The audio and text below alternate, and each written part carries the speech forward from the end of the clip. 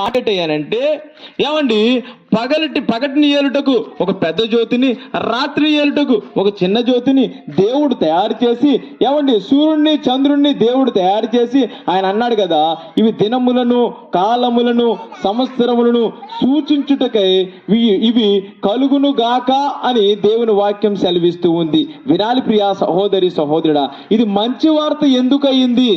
ఏమండి, వార్త అనగా మంచి వార్తలు ఉంటాయి, చెడు వార్తలు ఉంటాయి. కానీ విషయం ఏంటి అని అంటే, లోకము ఎప్పుడు కూడా చెడు వార్తలు వినడానికి ఎక్కువ ప్రయత్నం చేస్తూ ఉంటుంది తప్ప మంచి వార్తలు వినడానికి ఎక్కువగా ప్రయత్నం చేయదు.